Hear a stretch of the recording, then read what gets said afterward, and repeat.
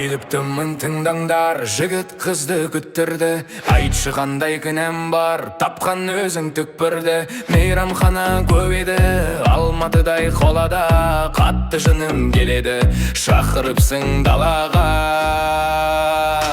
Ай, жаным ай, жолға шықтым көлікпен. Ой, жаным ау, жан екенсің еріккен. Қолдан жасап сен мені кешіктірдің неліктен.